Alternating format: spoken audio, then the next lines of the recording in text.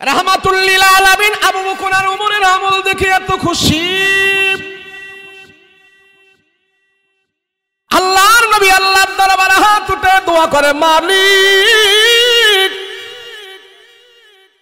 যে আবু বকর আর ওমর আমার ডান পাশে বাম পাশে সব সময় তারা দুজন জীবন ধারণ করে, আমি তাদেরকে ভালোবাসি, তারাও আমাকে ভালোবাসে। ও আল্লাহ, রাতের বেলা তারা কোরআন তেলাওয়াত করে করে কাটায় দিতেছে, তাদেরকে আমি কত ভালোবাসি, কত ভালোবাসি, দুনিয়ার কোনো মানুষ জানে না আমি যে এত তাদেরকে ভালোবাসি। মসজিদে আজান হয়ে যায়, নবীজি আস্তে আস্তে করে পিছনে চলে যায়। ফজরের ইমামতি করলেন পয়গম্বর, ফজরের ইমামতি করে সালাম ফিরায়া নবীজি সব সময় সাহাবীদেরকে নিয়ে বসতেন আর বলতেন, কে কি রাতের বেলা কে কি স্বপ্ন দেখছো বলো। আজকে পয়গম্বর সালাম ফিরানোর পরে বলে, সব সাহাবীরা তোমরা চলে যাও, যার যার কাজে চলে যাও, আজকে কোনো কথা হবে না, বয়ান হবে না। সব সাহাবীদেরকে বিদায় করে দিছে। আবু বকর আর ওমর তারাও দুইজন চলে যাইতেছে। নবীজি ডাক দেয়া বলে, আবু বকর, এ ওমর, তোমরা দুইজন বসো। আর সব সাহাবীদেরকে আজকে ছুটি দেওয়া হলো, তোমরা যার যার কাজে চলে যাও, আবার আমি যখন স্মরণ করব তারপরে তোমরা আসবা। আবু বকর আর ওমরকে দুইজনকে নবীজি বসায়া বলতেছেন, আবু বকর, আজকে তোমাদের রাতের বেলার আমল আমি চেক করেছি। আবু বকর আর ওমর তারা দুইজনে ভয় পেয়ে গেছে, হায় রে, আমাদের কি যেন ভুল হয়ে গেছে, অন্যায় হয়ে গেছে। কখন আমাদের রাসূল আমাদের আমল চেক করলো আমরা নিজেরা জানি না, মনে হয় মারাত্মক ভুল আমরা করে ফেলেছি, ভুল মনে হয় করে ফেলেছি। রাহমাতুল লিল আলামিন ডাক দিয়ে বলে, আবু বকর, আজ রাতের বেলা তুমি যে দাঁড়িয়ে দাঁড়িয়ে আল্লাহর কালাম তেলাওয়াত করছো, আমি রাহমাতুল লিল আলামিন আমার নিজের কানে আমি শুনেছি তোমার তেলাওয়াত এত মজা, এত মিষ্টি সুরে সুরে তুমি রাতের বেলা আল্লাহর কালাম তেলাওয়াত করেছো। হে আবু বকর, আমার একটা প্রশ্ন আছে, তুমি রাতের বেলা আস্তে আস্তে কেন কোরআন তেলাওয়াত করালে, একটু জোরে করলে সমস্যাটা কি? আবু বকর বলে, ইয়ালামুল জাহরা ওয়া মা ইয়াখফা, যে আল্লাহর জন্য আমি রাতের বেলা কোরআন তেলাওয়াত করে, সে আল্লাহ আস্তে বললেও শোনে, জোরে বললেও শোনে। সেই জন্য আমি আশেপাশের মানুষের জন্য কোনো ডিস্টার্ব না হয়, মালিককে খুশি করার জন্য আমি আস্তে আস্তে করে কোরআন তেলাওয়াত করেছি। রাহমাতুল লিল আলামিন তার এই কথা শুনে হেসে দিয়া বলল, আল্লাহ তোমার আমল কবুল করে নিয়েছে। আলহামদুলিল্লাহ, আলহামদুলিল্লাহিল্লাযী খালাকাল ইনসান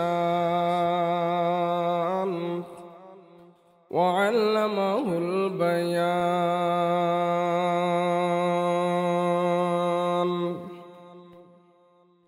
ওয়া আতা'নাল ঈমান ওয়া খালাকানাল মুসলিমিনা ওয়াল মুসলিমাত।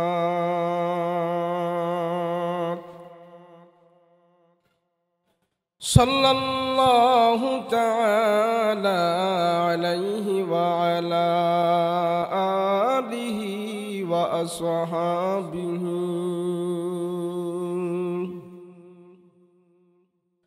ওয়া আজওয়াজিহি ওয়া আহলি বাইতিহি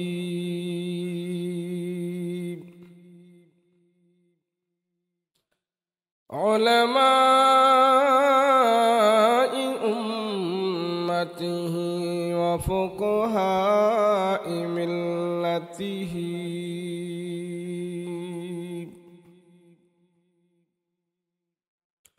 ওয়া নুজাবাই তরিকতিহি আজমাইন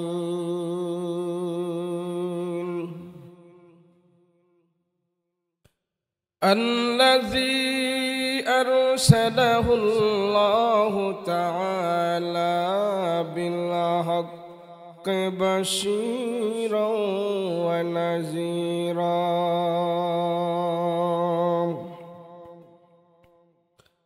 وداعيا إلى الله بإذنه وسراجا منيرا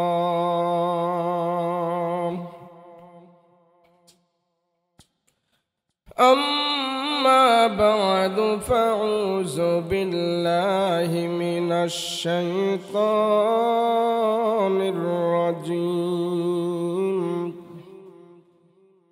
بسم الله الرحمن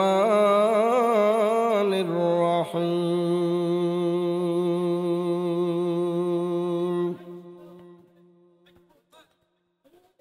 يا أيها الذين آمنوا ادخلوا في السلم كافة ولا تتبعوا خطوات الشيطان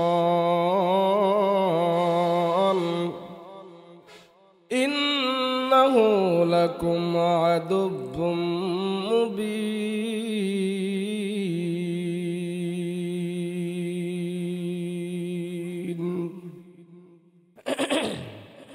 قال سيدنا رسول الله صلى الله عليه وسلم المرء على دين خليله فلينظر أحدكم من يخالل أو كما قال النبي عليه الصلاة والسلام.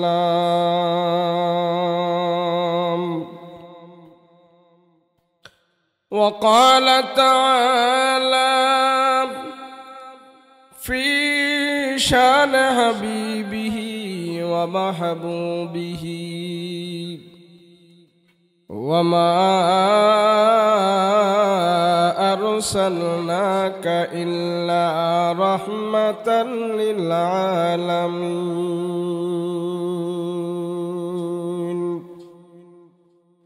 صلى الله على سيدنا ومولانا محمد وعلى آله وأصحابه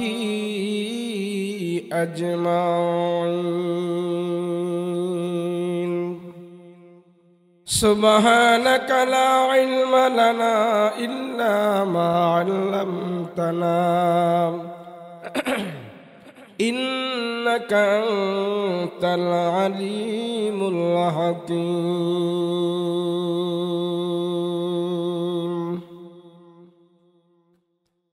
अल्लाह दिल दे जो तेरे इश्क के गर हो,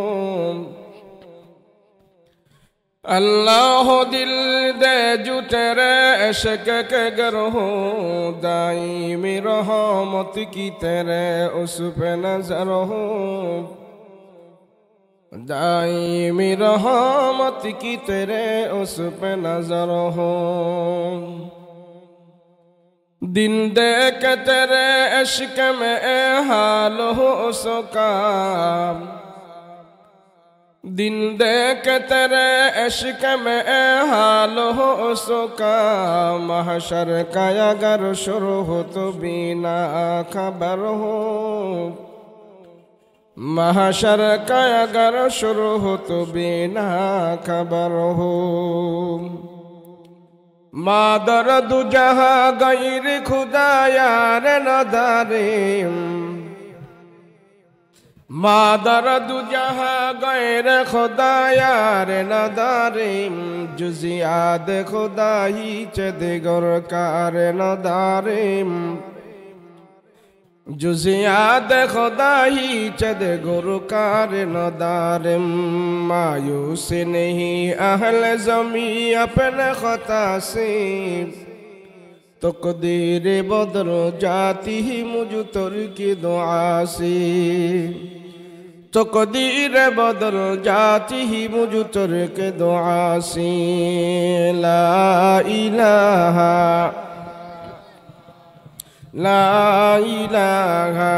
इल्लल्लाह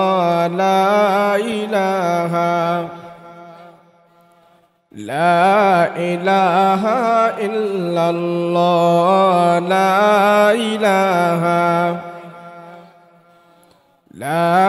इलाहा इल्लल्लाह ला इलाहा इल्लल्लाहु मुहम्मदुर रसूलुल्लाह सल्लल्लाहु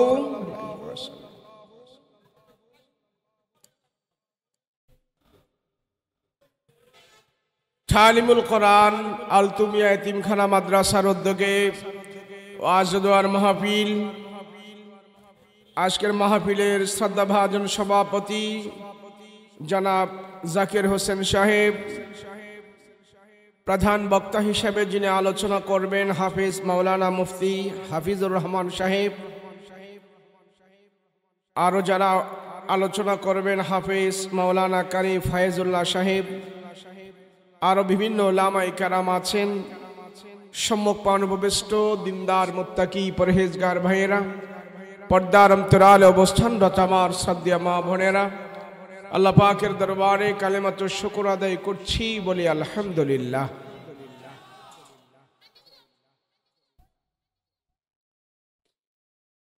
আল্লাহ যারে ভালোবাসে, পছন্দ করে, মহব্বত করে, যার উপরে আল্লাহ পাকের রহমতের দৃষ্টি আল্লাহ বারবার দান করে, তাকে দিয়ে আল্লাহ পাক এই জমিনে আল্লাহর কাজগুলো আল্লাহ পাক আদায় করে। আল্লাহ আমাদের উপরে রহমতের দৃষ্টি দিয়েছেন, মাগফিরাতের দৃষ্টি দিয়েছেন। সেজন্য আল্লাহ পাক আমাকে আপনাকে একটি গুনাহমুক্ত মজলিসে বসার তৌফিক দান করেছেন। ওয়াজ মাহফিল, উলামায়ে কেরাম কথা বলবে, আল্লাহর কিছু গোলাম এখানে কথা শুনবে। আল্লাহ এবং আল্লাহর রসুলের কথা যারা শোনে তারা আল্লাহর কাছে সবচেয়ে দামি মানুষ। আল্লাহ বড়, আল্লাহর কথাও বড়। আল্লাহর কথা যারা শোনে এবং বলে তারাও আল্লাহর কাছে অনেক সম্মানী এবং দামি। সেজন্য এই মজলিসের অনেক আদব আছে। মজলিসও আল্লাহর কাছে অনেক দামি এবং পছন্দের মজলিস। আমি আপনি এখানে যতক্ষণ বসে থাকব, চাই 1 ঘন্টা হোক, 2 ঘন্টা হোক, আধা ঘন্টা হোক, যতক্ষণ আমি আপনি এখানে বসে থাকব, সমস্ত গুনাহ থেকে আল্লাহ আমাদেরকে মুক্ত রাখবেন। ওয়াজ মাহফিলে আসলে, বসলে, বললে, শুনলে সর্বপ্রথম যে লাভটা হয়, বান্দা যতক্ষণ নসিহতের আমলে থাকে, শুনতে থাকে এবং বলতে থাকে, সমস্ত গুনাহ থেকে বান্দা মুক্ত থাকে। তো আমি আপনি এখানে যে বসে আছি, সমস্ত গুনাহ থেকে আমরা মুক্ত হয়ে আছি। লোকজন কম হোক বেশি হোক এটা ধর্তব্য বিষয় নয়।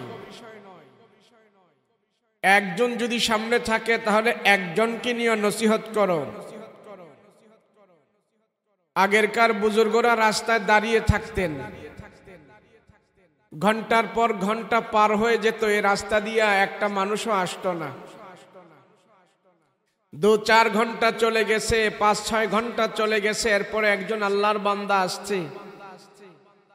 তাকে পেয়ে মহা খুশি হয়ে তাকে দিনের দাওয়াত দিয়েছেন, আল্লাহর পরিচয় দিয়েছেন, সামান্য একটু নসিহত করেছেন। আর এই নসিহত করাটা ওনার কাছে উনি সবচেয়ে বড় আমল মনে করেছেন।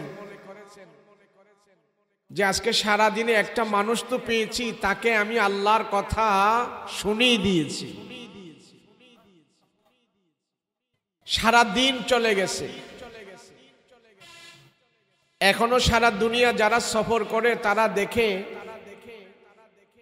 এমন এমন দেশ আছে, সেই দেশে গেলে কোনো মুসলমানকে কাছে পাওয়া যায় না। এমন এমন দেশ পৃথিবীতে আছে, সে বই পুস্তক পড়ে, ইন্টারনেটের মাধ্যমে আলোচনা শোনে, নসিহত শোনে, তার ভিতরে ইমানের ইস্পৃহা জেগেছে, সে মুসলমান হয়ে গেছে। কিন্তু এমন দেশে সে বসবাস করে, একটি মাসআলা যেন কারো কাছে জিজ্ঞেস করবে, সরাসরি কোনো হুজুরের কাছে যে যেন নসিহত শুনবে, এমন সুযোগ হয় না, এমন পরিস্থিতি নাই, এমন মজমা নাই। এই এই এই এই ফোলাফানের জন্য ওয়াজ না, যাও ওঠো, তোমরা মাদ্রাসায় যাও, তোমরা ওখানে যাও, হুজুরদের কাছে যাও, যাও। এনে যারা বসছো কথা কইবা না, ওয়াজ মাহফিল নাবালকের ফোলাফানের জন্য না, যারা নাবালেক আছে এদের জন্য ওয়াজ মাহফিল না, বুঝবান জ্ঞানবানদের জন্য ওয়াজ মাহফিল। এই এই ছেলেরা, এই এনে দাঁড়ায় রয়েছিস কে? এই হ্যাঁ,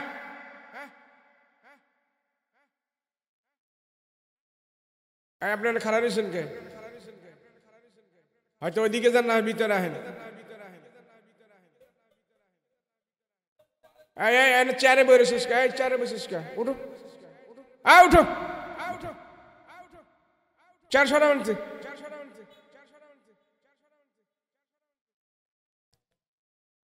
তুমি বসবা ভিতরে, বসলে বসো, না হয় ওদিকে যাও। এই সমাজে এখন আমরা সবচেয়ে বড় আমল নিয়ে বসছি। এখানে কথা কয়, এই বাচ্চা, কথা বলো কে?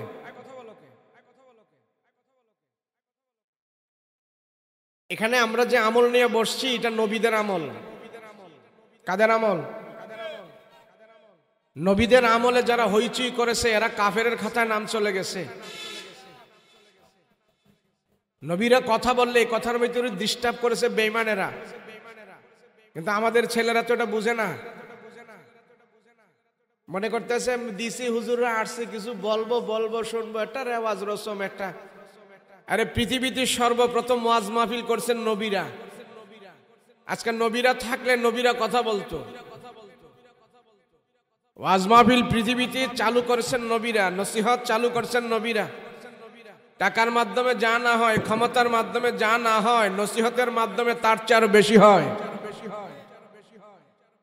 সেজন্য আল্লাহ পাক আমার রসুলকে 13 বছর নসিহতের ময়দানে রাখছে, 13 বছর নসিহত করাইছে, 13 বছর দাওয়াত দেওয়াইছে।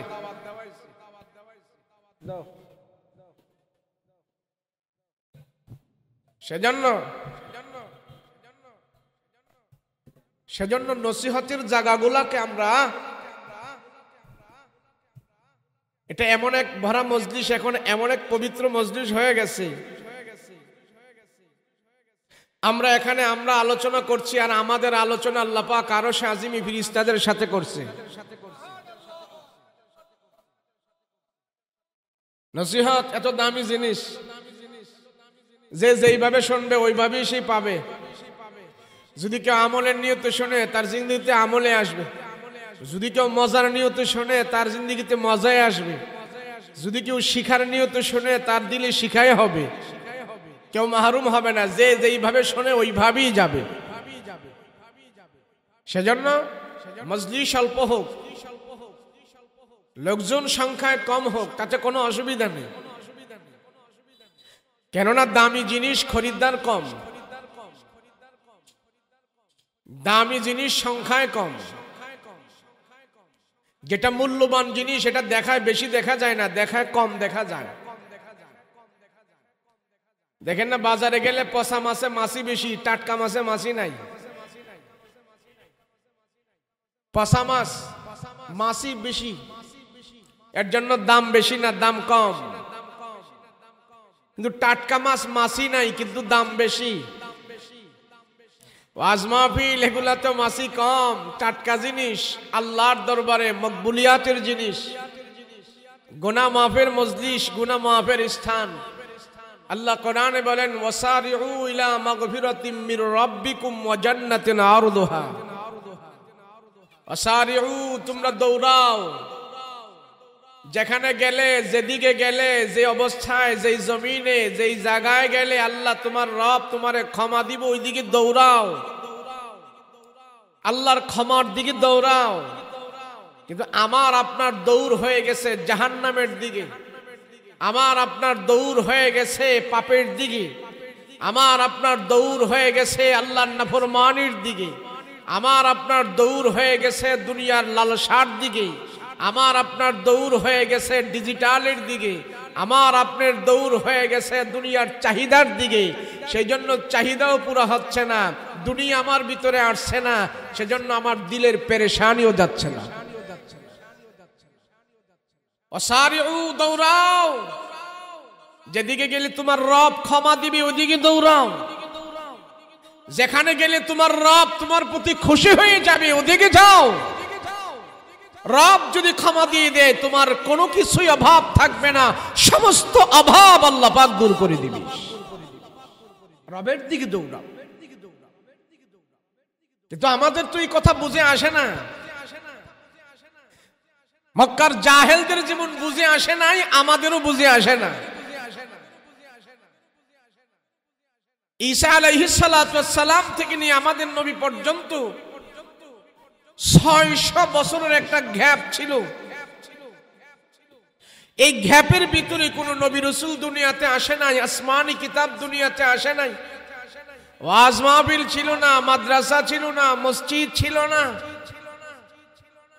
বক্তা ছিল না, তাবলীগ ছিল না, বুজুর্গ উলামায়ে কেরাম ছিল না, হক্কানি পীর মাশায়েখ ছিল না। না থাকার ফলে এই মানুষগুলোর চরিত্র এত নিকৃষ্ট হয়েছে, কিয়ামত পর্যন্ত যারা জাহান্নামে যাবে তাদের খাসলত তাদের ভিতরে আসবে। যারা জাহান্নামী হবে, যারা জাহান্নামী হবে, ওই জাহালাতের যুগের মানুষের খাসলত তাদের ভিতরে আসবে। এই 600 বছরের যুগটাকে আল্লাহ স্মরণীয় করে রেখেছে। এরা জাহালাত, এরা জাহেল, এরা গোমরাহ, যদিও তারা আমার কাছে 2 পাওয়ালা মানুষ, আমি আল্লাহ তাদের পরিচয় পৃথিবীতে করিয়েছি, তারা 2 পাওয়ালা মানুষ নয়, তারা চতুষ্প জানোয়ারের মতন হয়েই তারা বেঁচে আছে। কোন যুগের মানুষগুলো? নবী আসার আগের যুগের মানুষগুলো, নবুয়তি পাওয়ার আগের যুগের মানুষগুলো। এরা জাহেল ছিল, কিন্তু তাদের শিক্ষা দীক্ষা সবই ছিল। টাকা পয়সা, আশরাফি মুদ্রা, দিনার দিরহাম সবই ছিল। ক্ষমতা ছিল, দাম্ভিকতা ছিল, গায়ে শক্তি ছিল। এত কিছু থাকার পরেও আল্লাহর কাছে তারা কেন জাহেল হলো? কারণটা কি? জাহেল হওয়ার কারণ হইল তাদের দিলের ভিতরে সব কিছু ছিল, ওহি প্রদত্ত আসমানি জ্ঞান তাদের ভিতরে ছিল না, আল্লাহকে চিনার মাদ্দা তাদের ভিতরে ছিল না, আল্লাহর ক্ষমতা সম্পর্কে তাদের ধারণা ছিল না, আল্লাহর ক্ষমতা সম্পর্কে তাদেরকে যে কেউ বয়ান করবে সেরকম পরিবেশও তারা পায় নাই। সেজন্য তাদের ভিতরে বদ্দিন প্রবেশ করতে করতে এমন একটা পর্যায় হয়ে গেছে, ওই বদ্দিনটাকেই তারা আখিরাতের পুঁজি মনে করে ইবাদত করেছে। যেমন তাদের ভিতর থেকে কেউ কেউ নারী পুরুষ উলঙ্গ হয়ে তারা খানায়ে কাবা তওয়াফ করেছে। জিজ্ঞেস করলো, তোমরা উলঙ্গ হয়ে খানায়ে কাবা তওয়াফ করো, কারণটা কি? বলে, আমরা আল্লাহর ঘরে খানায়ে কাবা তওয়াফ করতেছি, উলঙ্গ হয়ে তওয়াফ করতেছি, এটা আমরা সওয়াবের নিয়তে করতেছি, আল্লাহ আমাদের প্রতি খুশি হবে। বলে, আরে এটা বলো কি, আল্লাহ কি এইভাবে উলঙ্গ হয়ে খানায়ে কাবাত আসলে খুশি হওয়ার কথা? বলে, হ্যাঁ খুশি হবে। বলে, কিভাবে? বলে, আমরা যে জামা কাপড় পরে আছি যেই জামা কাপড় আমরা পরিধান করি, সেই জামা কাপড় পরে আমরা অনেক গুনাহ করেছি, অনেক আল্লাহর নাফরমানি করেছি, অবাধ্য করেছি। তো সেই অবাধ্যতার জামা কাপড় নিয়ে যদি আমরা খানায় কাবা এখন ঢুকি, তাহলে তো আল্লাহ আমাদের প্রতি বেশি রহমত বরকত দিবে না। সেই জন্য যে জামা কাপড় পরে আমরা গুনাহ করেছি, নাফরমানি করেছি, সেই সমস্ত জামা কাপড়গুলো সব আমরা ফেলে দিই, উলঙ্গ হয়ে গুনাহযুক্ত কাপড়গুলো দূরে সরিয়ে দিই, উলঙ্গ হয়ে আমরা আল্লাহর খানায় কাবায় ঢুকেছি। অতএব গুনাহযুক্ত কাপড় নিয়ে ঢুকি নাই, এগুলি দূরে রেখে আমরা খালি গায়ে খানায় কাবায় ঢুকেছি। এটা আমাদের কাছে ভালো মনে হয়েছে, এটার দ্বারা ইবাদত করলে, উলঙ্গ হয়ে ইবাদত করলে আল্লাহ আমাদের প্রতি বেশি খুশি হয়ে যাবে। এটা তাদের ধারণা ছিল। কিন্তু এই ব্যাকুলগুলোর এই ধারণা, এতটুক জ্ঞান নাই যে যেই জামা কাপড় পরে আমরা গুনাহ করেছি সেইগুলো খুলে যদি আমরা রেখে খালি গায়ে ঢুকি, এটা যদি সওয়াব বেশি হয়, তাহলে যেই যন্ত্রপাতি দিয়ে গুনাহ করছি সেগুলো তো কেটে ফেলে এর ভরে ঢোকার দরকার ছিল। এমন বিবেকহীন কেন হলো তারা? এমন বিবেকহীন হওয়ার কারণ হইল এদের কাছে আসমানি জ্ঞান ছিল না, এদের কাছে ওহীর জ্ঞান ছিল না, নবীর জ্ঞান ছিল না, আল্লাহর জ্ঞান তাদের ছিল না, আখিরাতের জ্ঞান তাদের ছিল না। না থাকার ফলে গুনাহটাকেই তারা সওয়াব মনে করে আদায় করেছে, আর এই সওয়াব তাদেরকে জাহান্নামে নিয়ে গেছে। আজকে আমাদের এই সমাজেও আমরা যদি কোরআন হাদিসের সঠিক তালিমটা না পাই, তো মুরব্বী বলছে এই কথা, আমার বাবাই বলছে এই কথা, আমার মা বলছে ওই কথা, আমার কাকাই বলছে এই কথা, আমার পীর বলছে এই কথা, ওই পীর বলছে এই বলছে সেই বলছে, তার উপরেই চলছে। কোরআন কি বললো তা দেখার কোনো সুযোগ তাদের নাই। কথা বলেন ঠিক কিনা? এই জাহালাত দূর করার জন্যই আল্লাহ পাক আমার রসুলকে এই সমাজে প্রেরণ করেছেন। রসুল নবীজি নবী হওয়ার পর কোন পুলিশ মোতায়েন করে নাই, র‍্যাব নাজিল করে নাই, জেলখানা বানায় নাই, গুলি করে নাই, হত্যা করে নাই। মানুষের দিলের ভিতরে আল্লাহর দাওয়াত পৌঁছিয়েছে, দিলের পিছনে মেহনত করার কারণে সব দিলগুলো যখন ভালো হয়ে গেছে, রসুলের ডাইনে বামে সামনে পিছনে যে সমস্ত সাহাবাই কেরাম ছিল সবার দিলের অবস্থা পরিবর্তন হয়ে গেছে। ওই দিল পরিবর্তন করার কারণে আল্লাহ মক্কার পরিবেশও পরিবর্তন করে দিয়েছে। দিলে ভেজাল থাকা যাবে না। আজকে আমাদের দিলে ভেজাল, সেজন্য খাদ্যে ভেজাল, সেজন্য ক্ষমতায় ভেজাল, সেজন্য টাকায় ভেজাল, সেজন্য দুনিয়ার পদে পদে সব জায়গায় ভেজাল। কারণ কি? মানুষের দিলের ভিতরে ভেজাল। সেই জন্য আল্লাহ বলে সব বস্তুর ভিতরে আমি দিয়ে রাখছি ভেজাল। দিল থেকে ভেজাল দূর করো। দিলের খুব অনেক দাম। মানুষের বস্তুর দিক থেকে মূল বস্তু হলো তার কাছে তার দিল। সেজন্য যত নবী রাসূল আল্লাহ পাঠিয়েছেন সর্বপ্রথম আল্লাহর কাছ থেকে আদেশ ছিল দিল ঠিক করো, দিলের পিছনে মেহনত করো। এমন দিলওয়ালা যখন নবীদের পাশে দাঁড়িয়েছে, একজনের হুঙ্কারের কারণেই অর্ধ জাহান পর্যন্ত শাসন মুসলমানেরা করেছে। দিল ওয়াহসিলা মা ফিস সুদূর। আল্লাহ বলেন ওয়াহসিলা মা ফিস সুদূর। এ বান্দা, হাসরের ময়দানে তোমার দিল আমার সাথে কথা বলবে, তোমার অন্তর আমার সাথে কথা বলবে। হাসরের ময়দানে তোমার দিলটাকে টুকরা টুকরা করা হবে, দিল থেকে আওয়াজ হবে, দিল থেকে আমার সাথে কথা বলবে। আয় আল্লাহ, মানুষটা গরিব ছিল, নেহায়েত ছিল, দুর্বল ছিল,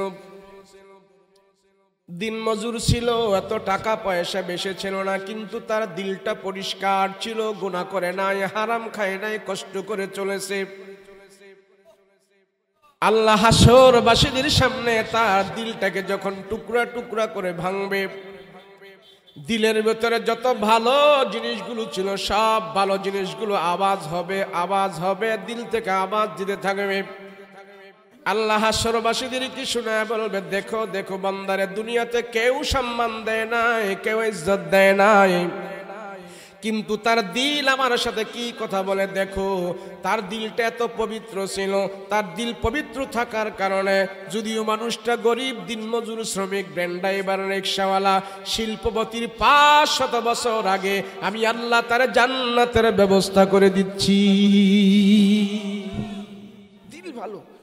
যত নবী দুনিয়াতে আসছে সমস্ত নবীদেরকে আল্লাহ পাক বলেছেন দিলের পিছনে মেহনত।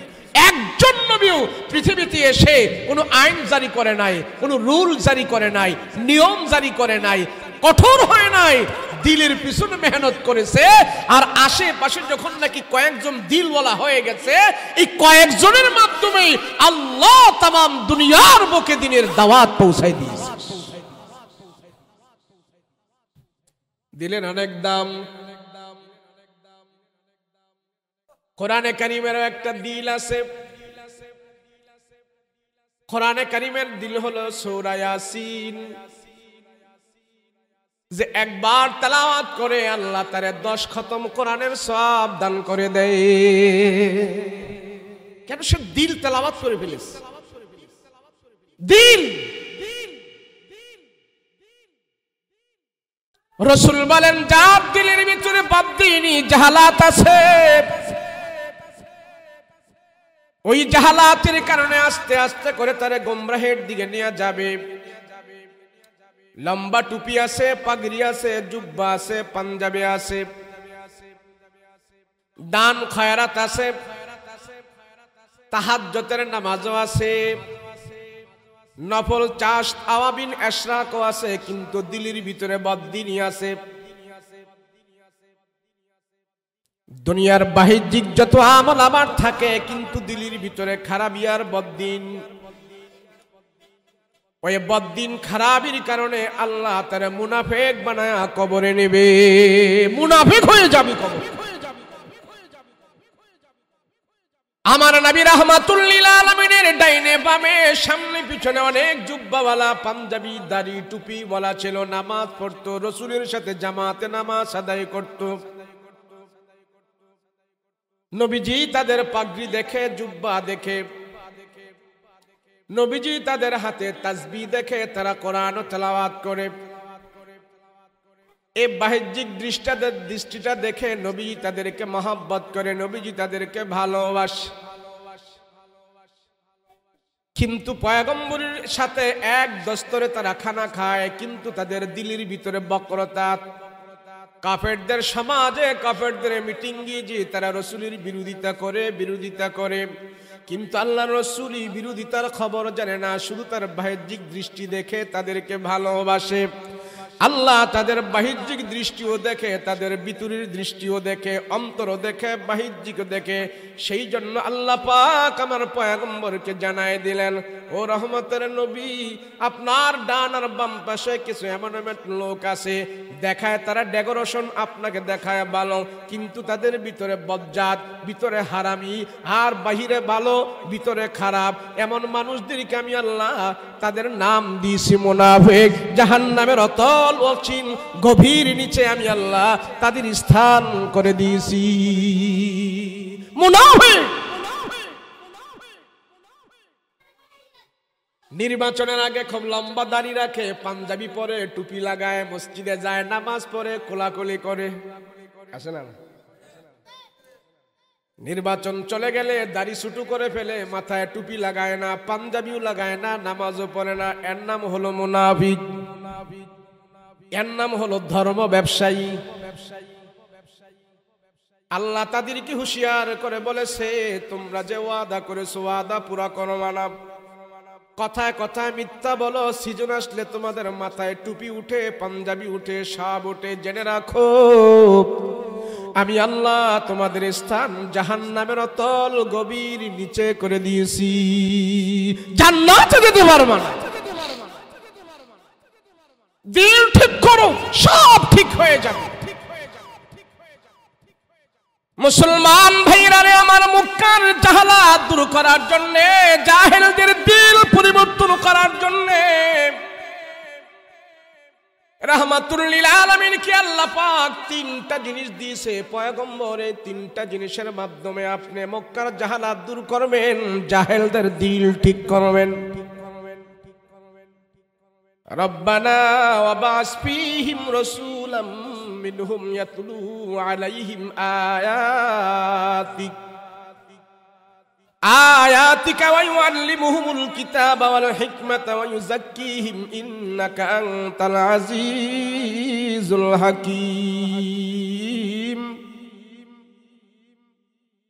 মক্কার জাহালাত দূর করার জন্য, মক্কার বদদিন দূর করার জন্য, মানুষদের পরিবেশ ঠিক করার জন্য, আল্লাহ চিনার জন্য নবীর উপরে সর্বপ্রথম তিনটা আমল দিয়েছেন। জোরে বলেন কয়টা? সবাই বলেন কয়টা? সর্বপ্রথম পয়গম্বরের উপরে তিনটা আমল আল্লাহ দিয়েছেন, তিনটা পদ্ধতি দিয়েছেন, তিনটা কর্ম দিয়েছেন। আর রাসূলকে বলেছেন এই তিনটা কর্মের মাধ্যমে, তিনটা আমলের মাধ্যমে মক্কার সব জাহালাতদেরকে আপনি ভালো করতে পারবেন যদি তারা তিনটা আমল মানে এবং অনুসরণ করে।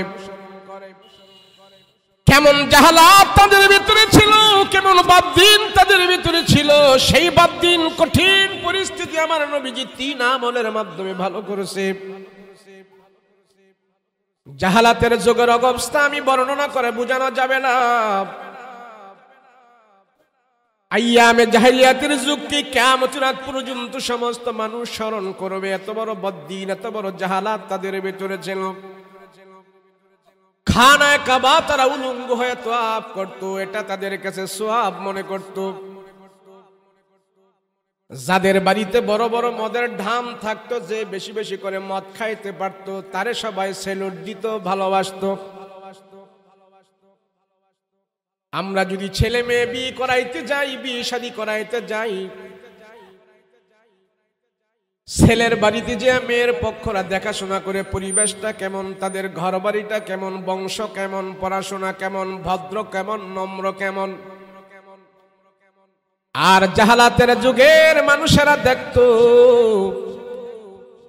আমার মেয়েটা যেন এখানে বিবাহ দিব, ছেলেটা কেমন। শিক্ষা দেখতো না, তারা ঘর বাড়ি দেখতো না। ওই মেয়ে বিয়া দেওয়ার জন্য যেই বাড়িতে যাইতো, যা দেখতো মদের ঢাম কয়টাই, ফ্যামিলির লোকেরা মদ খায় কেমন। যার বাড়িতে বেশি করে মদের ঢাম থাকতো, যার বাড়িতে তারা বেশি বেশি করে মদ খাইতে পারে, মদের ঢাম আছে, দামি দামি মদ তারা পান করে, মেয়ের পক্ষ যায় তাদের সাথে আত্মীয়তা করত। তারা জমিদার, তারা বড়, তারা শিল্পপতি, তাদের মদ খাওয়ার অভ্যাস আছে। মদ খায়া যারা মাতলামি করতে পারতো, দামি দামি মদ খাইতো, এদেরকে সবাই সম্মানী মনে করত, সেলুট দিত। মদ খাওয়াটা তাদের কাছে অনেক পেশা হিসাবে, স্ট্যান্ডিং হিসাবে, সবার কাছে সম্মানের হিসাবে গ্রহণ করেছে। কেমন পরিস্থিতি আর কেমন অবস্থাটা তাদের হয়েছে। নতুন নবজাত শিশু বাচ্চারা যখন জন্মগ্রহণ করে, আমরা এই বাচ্চাদেরকে কোনো খাবার দাবার খাওয়ার জন্য প্রথম তো আমরা তাদেরকে মায়ের বুকের দুধ খাওয়াই।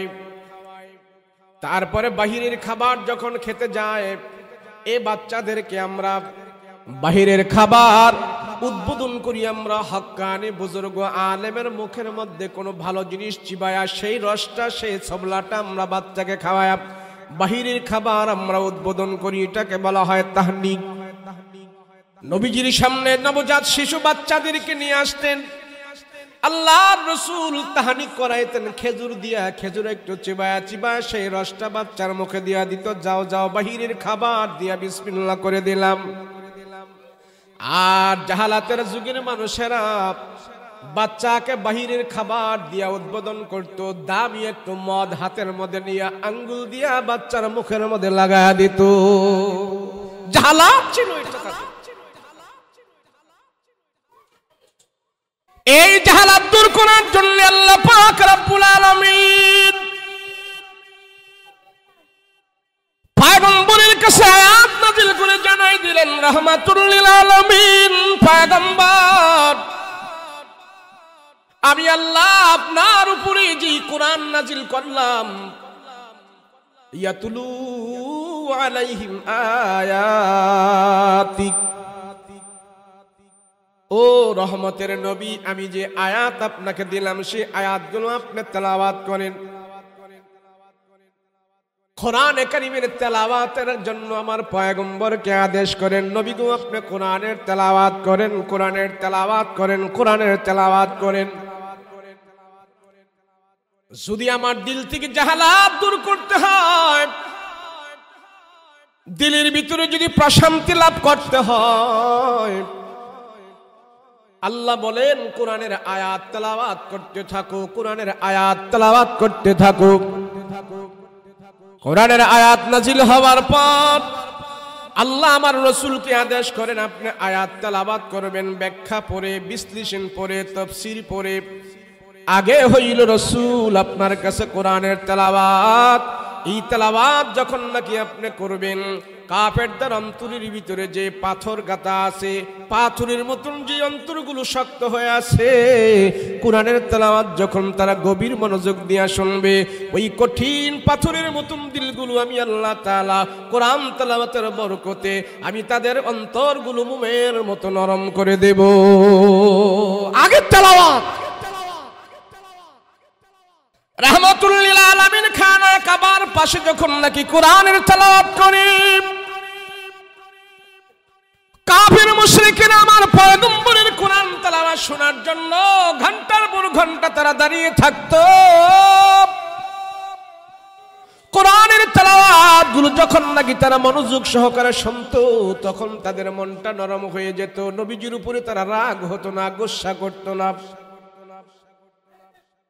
একবার আবু জাহেল নতুন বিয়ে করেছে, ঘরের ভিতরে নতুন স্ত্রী আসছে, বাসর ঘরের ভিতরে স্ত্রী বসা। আর আবু জাহেল বাসর ঘরের ভিতরে একবার ঢুকে আবার বের হয়, একবার ঢুকে আবার বের হয়। বাসর ঘরের স্ত্রী নতুন বিবি আবু জাহেলের জন্য অপেক্ষা করতেছে, কিন্তু আবু জাহেল একবার ঢুকে আবার বের হয়, মনটা কেমন যেন আনচান আনচান। আবু জাহেলের স্ত্রী বলে, কি ব্যাপার, জীবনে কোনোদিন আপনাকে এমন করতে দেখি নাই, আপনাকে তো আমি বহুত আগে থেকে চিনি, কিন্তু এমন ছটফট করেন কারণ কি? আর আজকে আপনার ঘরের ভিতরে আমি আপনার জন্য অপেক্ষা করতেছি, আপনি আমার কাছে একবার আসতে চান আবার চলে যান, কারণ কি? বাসর ঘরে নতুন স্ত্রী রেখে কোনো পুরুষ তো এমন করে না, কোনো পুরুষ তো এমন ছানচান করে না, আনচান করে না, একবার যায় আসে এমন না। বাসর ঘরের ভিতরে স্ত্রীর সামনে যখন নাকি স্বামী ঢুকে যায়, সারা রাত্রের জন্য বের হয় না। আপনি একবার আসতেছেন আবার যাইতেছেন, কারণ কি? কারণ কি? আবু জাহেল বলে, ও স্ত্রী, তোমাকে তো কালকেও পাবো, পরের দিনে পাবো, যতদিন তুমি আমার সাথে থাকবে ততদিন তোমার সাথে আমি জীবন যাপন করবো, আরাম আয়েশ করবো, কিন্তু আজকে আমি একবার তোমার ঘরে ঢুকি আবার বের হয়ে যায়। তার কারণ হইল আমি গতকাল মুহাম্মাদের জবান থেকে কোরআনের তেলাওয়াত গুলো শুনেছি, আমার দিলের ভিতরে এত মজা, আজকেও নাকি মুহাম্মদ রাতের বেলা কোরআন তেলাওয়াত করবে। আমি এখন সিদ্ধান্ত নিতে পারতেছি না তোমার সাথে বাসর করবো নাকি মুহাম্মাদের কোরআন তেলাওয়াত শুনবো। তুমি যদি অনুমতি দাও তাইলে কয়েক ঘন্টার জন্য আজকে রাতে মুহাম্মাদের কোরআন তেলাওয়াত শোনার জন্য যাব। যদি অনুমতি দাও। বাসর ঘরের স্ত্রী ডাক দিয়ে বলে, স্বামী, আমি আপনাকে অনুমতি দিলাম, আপনার জন্য আমি অপেক্ষায় আছি, আমি আপনার জন্য এখন অক্ষ হয়ে গেছি, আপনার জন্য আমি হালাল, আপনার জন্য আমি এখন জীবন সঙ্গী। মুহাম্মাদের জামানের কোরআন তেলাওয়াত যদি আপনার কাছে এত মজা, এত মধু, বাসর ঘরের স্ত্রীর চাইতেও যদি আপনার কাছে মুহাম্মাদের কোরআন তেলাওয়াত মজা লাগে, আমি অনুমতি দিলাম। তবে আজকে আমার হক আদায় করবেন, কিছুক্ষণ কোরআন তেলাওয়াত শুনে আপনি চলে আসবেন, আমি আপনার জন্য অপেক্ষা করতেছি, চলে আসবেন। আবু জাহেল অনুমতি পেয়ে এক দৌড় দিছে, আমার পয়গম্বরের ঘরে আঙ্গিনায় যা দাঁড়ায় আছে। নবীজি মধ্যরাতে কোরআন তেলাওয়াত করতেছে, কোরআন তেলাওয়াত করতেছে।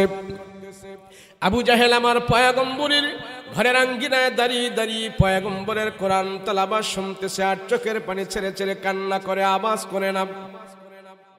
নবীজি তাহাজ্জুদের নামাজ পর্যন্ত কোরআন তেলাওয়াত করলো, ফজরের আজান পর্যন্ত নবীজি কোরআন তেলাওয়াত করলো। আবু জাহেল রাসূলের কোরআন তেলাওয়াত শুনে আমার তার বিবির কথা বলে গেছে, বাসর ঘরের কথা বলে গেছে। এক নাগারে কোরআন তেলাওয়াত শুনতে শুনতে ফজরের আগে আবু জাহেল তার ঘরে গেছে। কোরআনের মজা। ইয়াতলু আলাইহিম আয়াতিহি ওয়া রাহমাতুল লিল আলামিন। আপনি আয়াত তেলাওয়াত করেন, আপনি আয়াত তেলাওয়াত করেন। নবীজির সাহাবীদের ভিতরে নবীজি কোরআন তেলাওয়াতের জন্য উদ্বুদ্ধ করতেন। আহারে নবীর উম্মত, দিন চলে যায়, সপ্তাহ চলে যায়, মাস চলে যায়, বছর চলে যায়, ঘরে কোরআন তেলাওয়াত হয় না। রাহমাতুল লিল আলামিন চিন্তা করে আমার সাহাবী যারা আছে ডাইনে বামে সামনে পিছনে যারা থাকে সবাই জান্নাতি জান্নাতি জান্নাতি। রাহমাতুল লিল আলামিন চিন্তা করতেছে আমার সাহাবীদেরকে আমি দেখি দিনের বেলা তারা আমার সাথে নামাজ পড়ে, রোজা রাখে। নবীজি বলে সাহাবীরা আমার ডাইনে বামে যারা থাকে দিনের বেলা সবাই নামাজ পড়ে, রোজা রাখে, সব আমল করে, আমি দেখি তাদের সব ভালো দেখি।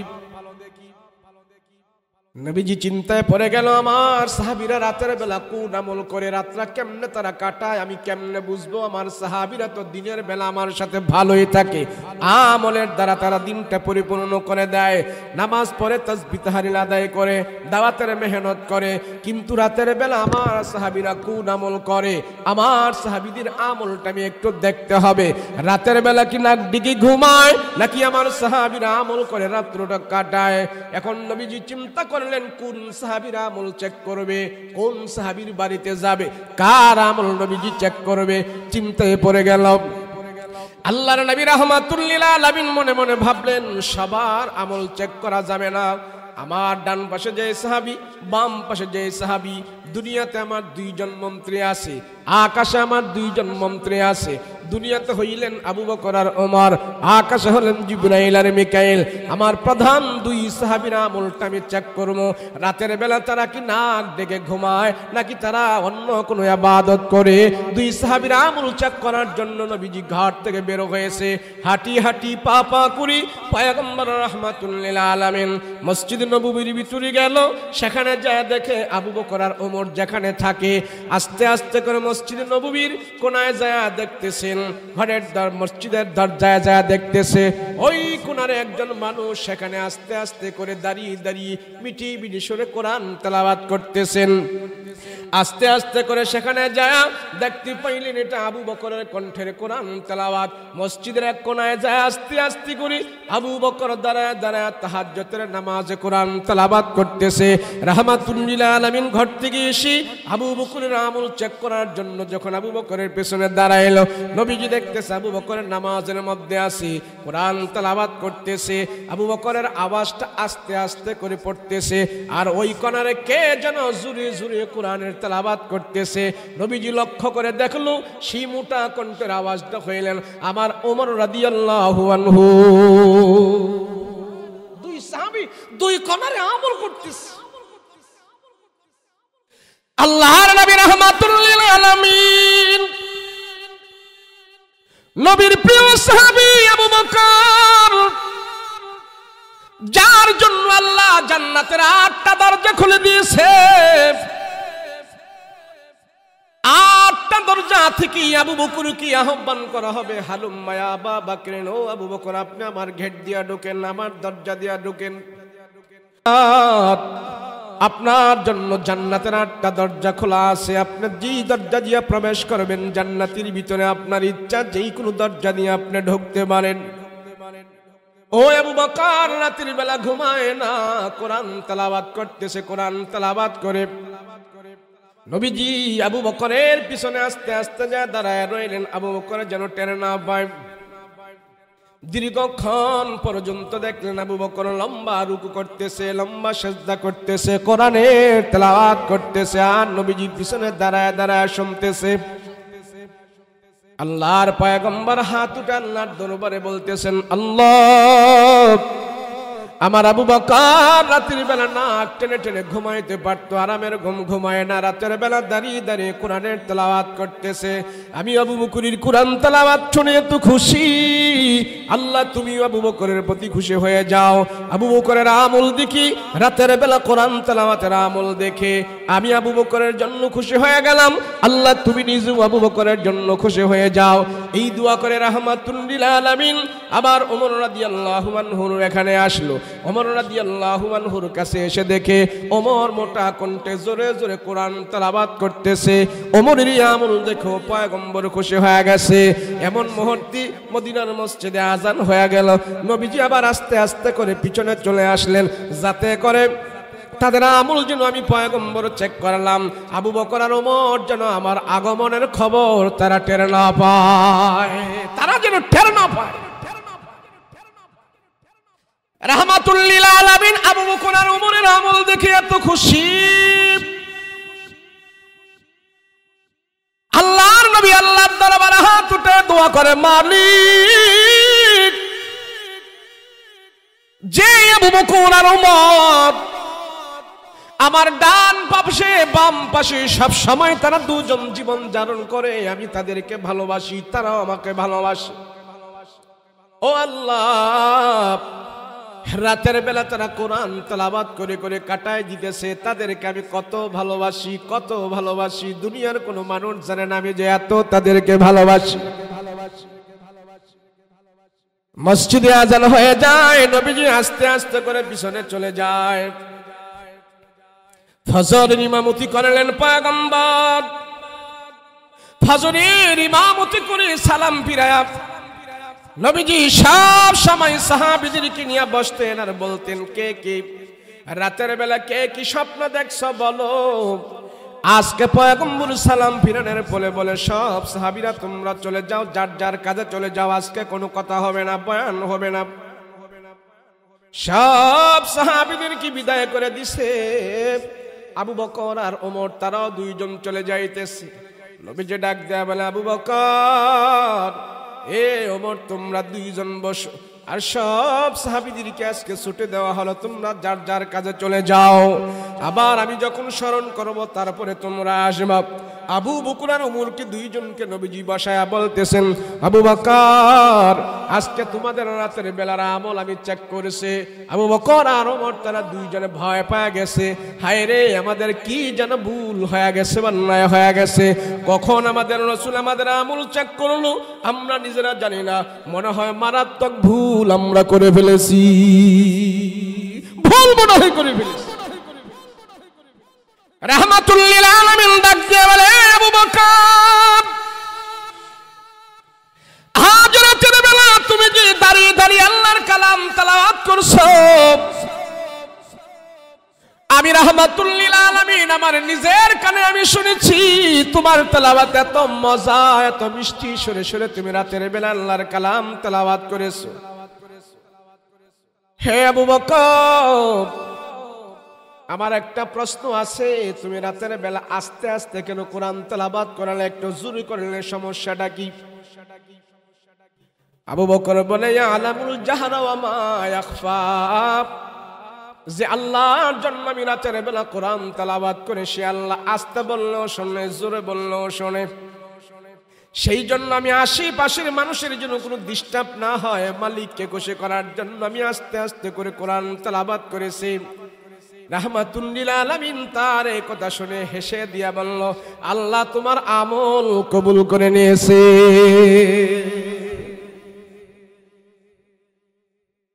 আল্লাহর নবী রাহমাতুল লিল আলামিন বলে, এ উম্মত, তুমি মোটা কণ্ঠে জোরে জোরে কোরআন তেলাওয়াত করো, কারণ কি? কারণ কি তুমি এত জোরে জোরে পড়ো না? কারণ কি আশেপাশের মানুষ ঘুমাইতে পারে না? কারণ কি?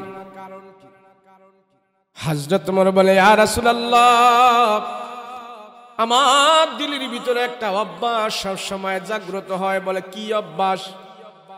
বলে যে আমলটা আমি করব সে আমলটা আমার সন্তানদেরকে করাবো, আমার বিবিদেরকে করাবো, আমার আশেপাশে যারা আছে সবাইকে নিয়ে আমি আমল করব।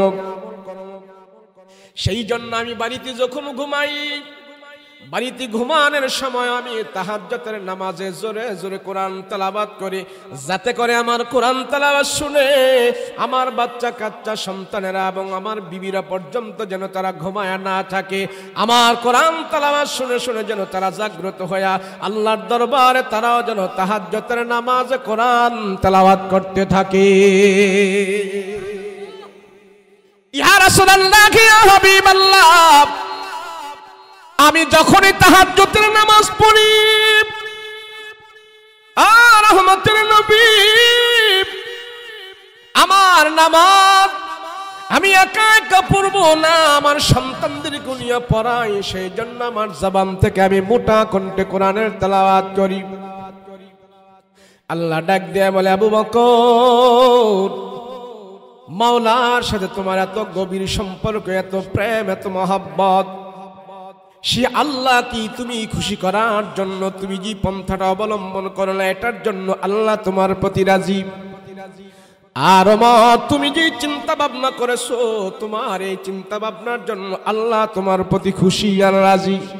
হে আবু বকর, ওমর, শোনো, আমি পয়গম্বর যেদিন জান্নাতে যাব, আমাকে আল্লাহ পাক জান্নাতে ঘোড়া সাজাইয়া আমার সামনে যখন হাজির করবে, আমার ঘোড়ার ডান পাশে আর বাম পাশে তোমরা দুইজনও আমার সাথে সাথে সমস্ত উম্মতের আগে আমার নবীর সাথে তোমরা জান্নাতে যাবে।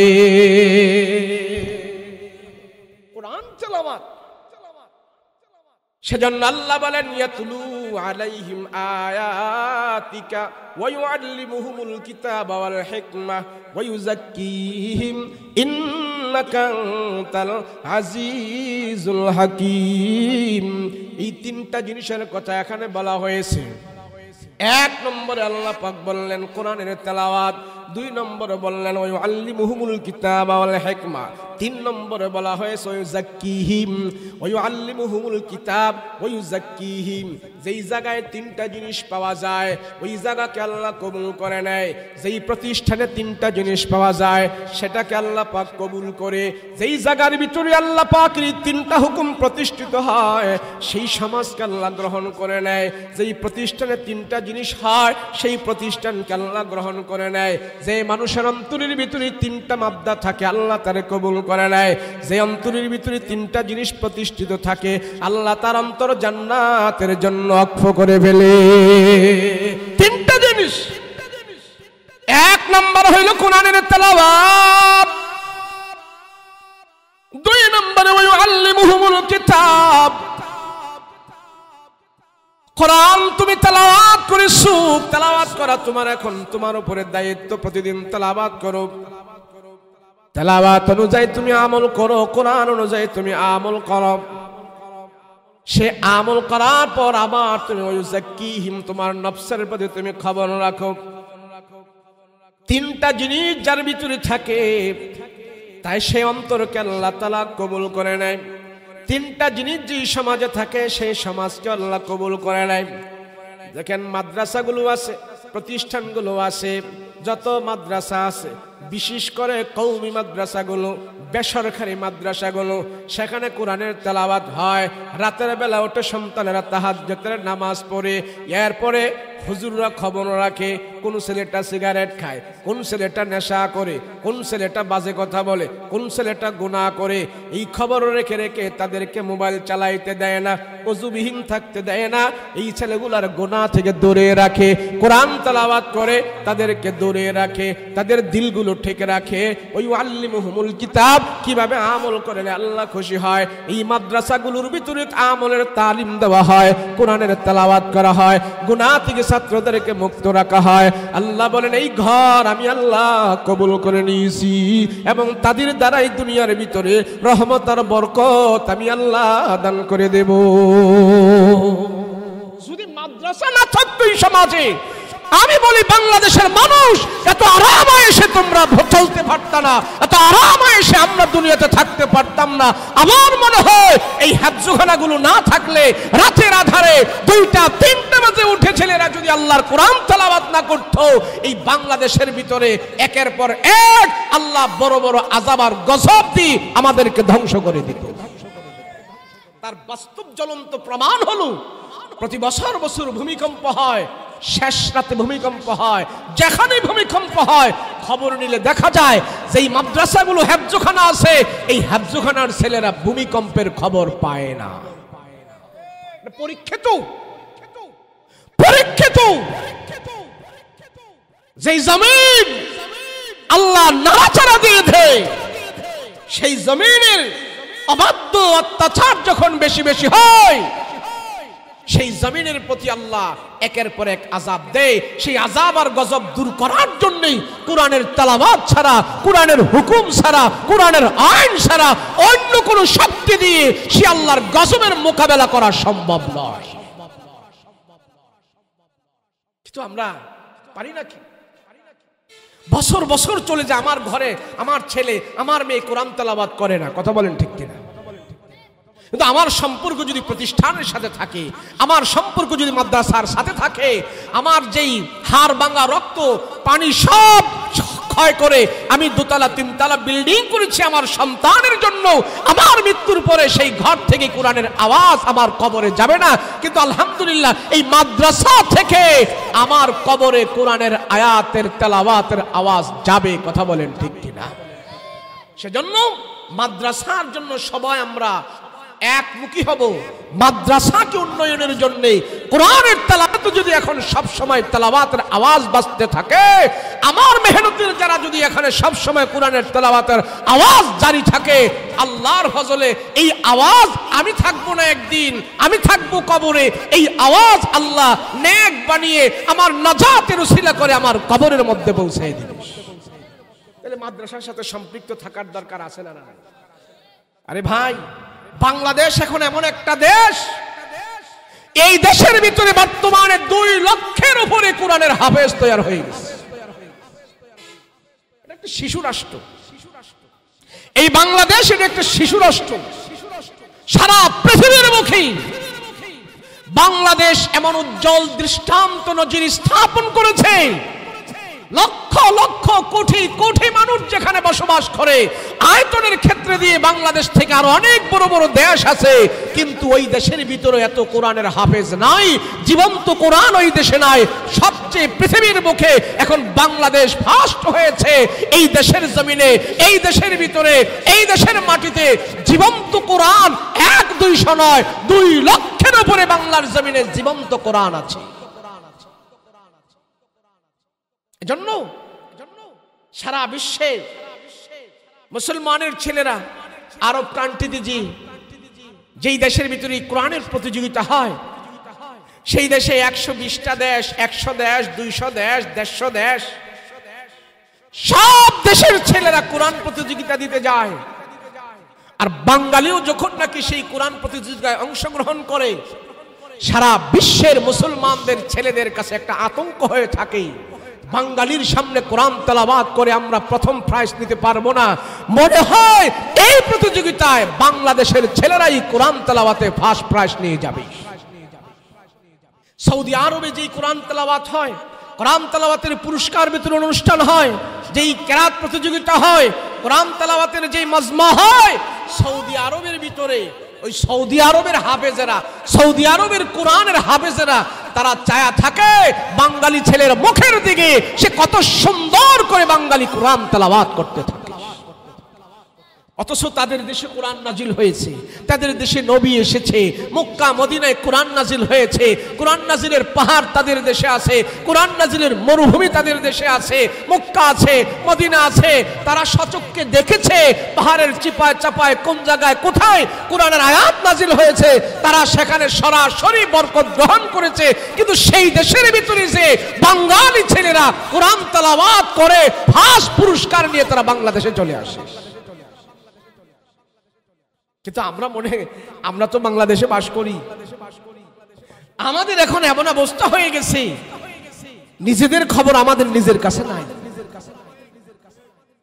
সারা দুনিয়ার বেঈমান কাফের মুশরিক বাংলাদেশের দিকে এখন একটা চোখ দিয়ে রাখছে, এই দেশ থেকে কিভাবে ইসলামকে দূরীভূত করা যায়, এদেশ থেকে কিভাবে কোরআনকে ধূলিসাৎ করা যায়, এই চেষ্টা মেহনত তারা করতেছে। আলহামদুলিল্লাহ পারবে না।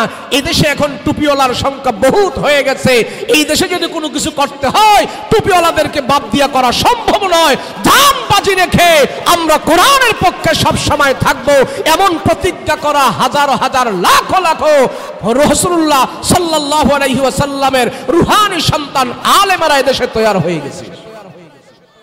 এটা কোরআন তেলাওয়াত এই জমিনে আমাদের বড়রা আকাবের বুজুর্গ যারা আছে তারা প্রতিনিয়ত মেহনত করে যাচ্ছে, নীরব মেহনত। তাদের মেহনতের কারণে, আলেম ওলামাদের মেহনতের কারণে বাংলাদেশে এখন হাজার হাজার মাদ্রাসা, লক্ষ লক্ষ তালেবে আলেম, লক্ষ লক্ষ কোরআনের হাফেজ এই দেশের ভিতরে জিন্দা হয়েছে। কথা বলেন ঠিক কিনা? কিন্তু কিছু কিছু মানুষ বলে হুজুররা দেশটারে খায়া লাইছে, বলে কি বলে না, বলে যে হুজুররা দেশটারে খেয়ে ফেলছে। আরে হুজুররা দেশ খায় নাই।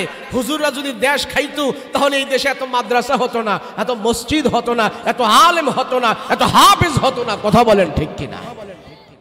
হুজুররা অল্প টাকা বেতনে আল্লাহর কোরআনের দিকে তাকিয়ে, আখিরাতের দিকে তাকিয়ে এই দেশের ভিতরে যে মেহনত করে যাচ্ছে, আলহামদুলিল্লাহ উলামায়ে কেরাম সফল হয়েছে। এই দেশের ভিতরে লক্ষ লক্ষ কোরআনের হাফেজ তৈরি করে তারা দেখিয়ে দিয়েছে। কথা বলেন ঠিক কিনা? শুধু আলেম ওলামারা মেহনত করেছে, আপনারাও তার সাথে সংযুক্ত হয়েছেন। কথা বলেন ঠিক কিনা?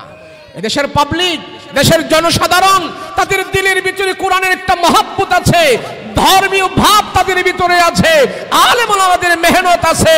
সেই জন্যই আপনাদের পরামর্শে, আপনাদের মেহনতে, আলেম ওলামায়ে কেরামের চেষ্টায় এদেশের ভিতরে হাজার হাজার দিন প্রেমিক তৈরি হবে এবং হচ্ছে। কথা বলুন ঠিক কিনা? এটা ধরে রাখার দরকার আছে না নাই? আর বিশেষ করে নোয়াখালীর মানুষ, বিশেষ করে বাংলাদেশের নোয়াখালীর মানুষ, এরা যদি আগ থেকে ধর্মের পিছনে মেহনত না করতো, আমি অনেক জায়গায় বলি বাংলাদেশের মানুষ ইসলাম পাইতে আরো 50 বছর লাগতো। আপনাদের বিশ্বাস হয় না? আমি জয়পুরহাট গেলাম। বাংলাদেশে একটা থানা আছে জয়পুরহাট, উত্তরবঙ্গ, বগুড়ার পরে জয়পুরহাট। ওখানে যায় রেল লাইনের পাশে দেখি এক সাইনবোর্ড লেখা নোয়াখালী গ্রাম। আমি কি কিরে, আমি তো জানি নোয়াখালী একটা জেলা, এখানে নোয়াখালী গ্রাম কে? একজনকে জিজ্ঞাসা করলাম ব্যাপার কি, নোয়াখালী গ্রাম এখানে কে? হুজুর আজ থেকে 40-50 বছর আগে আমার দেশের মানুষ ওযু গোসল জানতো না, নামাজ রোজা জানতো না, ফাতিহা পড়তে পারতো না, কিচ্ছু ধর্মীয় কিছুই তারা জানে নাই। ওই নোয়াখালীর হুজুররা এসে মসজিদে চাকরি করছে, আলিয়া মাদ্রাসার প্রিন্সিপাল, আলিয়া মাদ্রাসায় চাকরি করছে, এমনে এমনে চাকরি করে ওই নোয়াখালীর হুজুররা এসে তারা আমাদের গ্রামে গ্রামে মসজিদে তারা কোরআন শিখাইছে, নামাজ শিখাইছে। এরা এখানে আসতে আসতে ওই যায় আসছে, আর তারা বাড়িতে যায় নাই। এখানে তাদের সওয়াল পাওয়াল জন্ম দিয়া এখন পুরা গ্রাম বানাই ফেলছে ওরা। তখন আমি চিন্তা করলাম, হ্যাঁ নোয়াখালী যদি জন্ম না হতো তো তোমরা আজকে ইসলাম পাইতা না। কথা বলেন ঠিক কিনা? আর একটা কথা আছে, জঙ্গল বঙ্গল মহিষের সিং সব হইল মমিন সিং, নদী নালা বিল খাল সব হইল বরিশাল, আর মাওলানা মৌলবী সব হইল নোয়াখালী। কথা কোন ঠিক কিনা? বলতো আগে মানুষ। সেজন্য আল্লাহ হুজুর নিয়ে আহেন, আসছে আসলে আমি ছেড়ে দেব। প্রদর্শনী কি দেখা হুজুর আসবে এখানে নাকি প্রদর্শনী দেখাবে? নিয়ে আহেন, যা করবেন স্টেজে নিয়ে আহেন, আমি ছেড়ে দেব। হ্যাঁ, সেজন্য আল্লাহ নোয়াখালী, কুমিল্লা, ফেনী, চিটাগাং এই সমস্ত অঞ্চলগুলোকে দিনের জন্য আল্লাহ কবুল করেছে।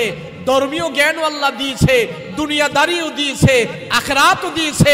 সেজন্য আমরা এটা কিয়ামতের আগ পর্যন্ত ধরে রাখতে চাই। কথা বলেন ঠিক কিনা? কিয়ামতের আগ পর্যন্ত ধরে রাখবো, আমরা যেন সর্বদিক দিয়ে বাংলাদেশের জমিনে আমরা বলতে পারি আমরা ধর্মীয় দিক দিয়ে সবার আগে আছি এবং ইসলামের জ্ঞানের দিক থেকেও আমরা সবাই আগে আছি। আল্লাহ আমাদেরকে কবুল করেন, আল্লাহ এই জমিনকে কবুল করেন, এই মাদ্রাসাকে